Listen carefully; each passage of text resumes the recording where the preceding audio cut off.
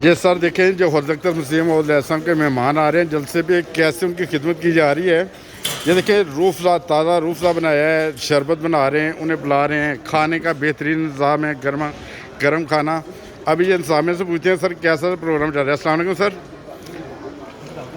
बता दें। ये प्रोग्राम बहुत अच्छा जा रहा है माशाल्लाह। हज़रत मसीह मौद के मेहमानों की जिस तरह भी हो सकता है काफ़ी हद तक इनकी खिदमत जो है ना वो कर रहे हैं, क्योंकि गर्मी है। गर्मी के लिए ये रूह अफ़ज़ा शरबत है, इसका भी इंतज़ाम किया हुआ है बच्चों के लिए, बड़ों के लिए, रात का भी, दोपहर का भी, सुबह नाश्ते का भी।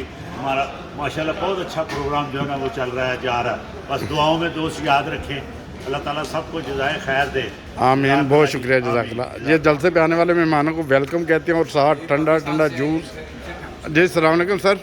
वालेकुम सर, मैं पाकिस्तान से आया हूँ, अहमदाबाद सांगरा जिला चिरोड़ की हमारी मजलिस है।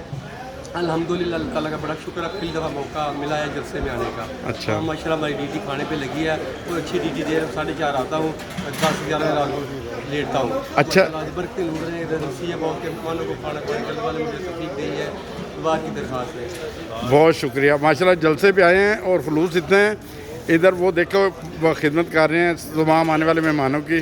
बहुत शुक्रिया सर, जज़ाकल्लाह।